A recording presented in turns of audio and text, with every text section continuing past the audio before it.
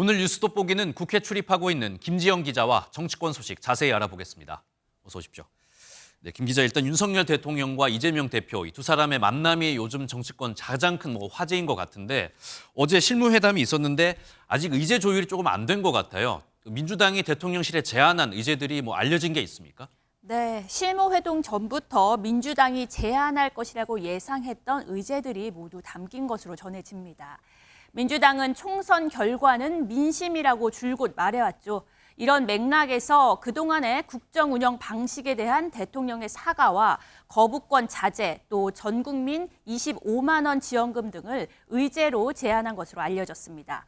최상병 특검법도 포함된 것으로 전해집니다. 네, 대통령의 직접 사과 이런 것을 좀 요구한 것으로 보이는데 대통령실이 이 제안을 좀 받아들일 가능성은 있습니까? 네, 윤석열 대통령 이번 영수회담은 이재명 대표의 이야기를 듣는 자리라고 했습니다.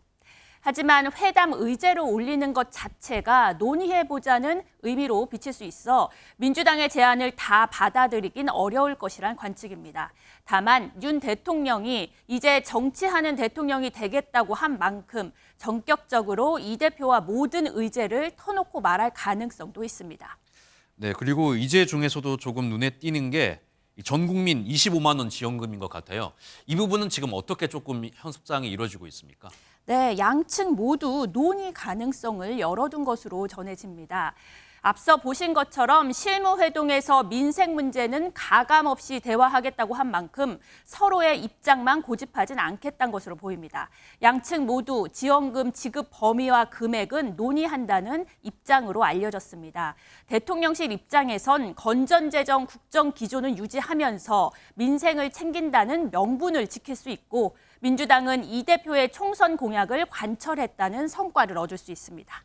네, 이번에는 국회 쪽으로 조금 넘어가 보겠습니다. 국민의힘 이제 한동훈 전 비대위원장의 뒤를 이을 새로운 비대위원장 뽑아야 하잖아요. 이 기준을 만들기 위한 회의가 있었다면서요. 네, 어제 중진 모임이 있었는데요. 네. 그 자리에서 인물이 직접적으로 거론되진 않았습니다. 하지만 적어도 4선 이상의 원내 인사를 후보군으로 하자는데 의견이 모았습니다. 5선 이상에서 하셔야 된다고 하신 분도 계셨고 또 4선 이상에서 또 하셔도 좋다고 하신 분도 계셨고. 일단 중진들은 당의 안정을 위해 지도부를 빨리 세워야 한다는 입장이어서 비대위는 전당대회를 준비하는 관리형이 될 것으로 보입니다.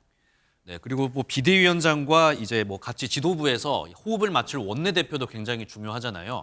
그런데 보니까 이 친윤계의 대표적인 인물이라고 할 수 있는 이철규 의원이 원내대표 좀 준비를 하는 것 같다면서요. 네, 최근에 당내 인사들을 만나면서 보폭을 넓히고 있습니다.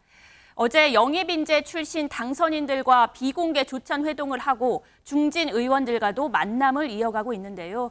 당내에선 친윤, 영남 의원들을 중심으로 이 의원이 구심점이 돼야 한다는 목소리가 나옵니다. 앞으로 남은 대통령 임기 3년간 정부와 원활하게 소통하며 당을 이끌 수 있는 인물이 원내 사령탑이 돼야 한다는 취지입니다. 하지만 이번 총선 민심을 무겁게 받아들여야 한다는 비윤, 원내외 수도권 인사들은 수도권과 청년, 중도 정당으로 거듭나기 위한 새 인물이 필요하다는 입장입니다. 네, 오늘 말씀 잘 들었습니다. 지금까지 국회팀 김지영 기자였습니다.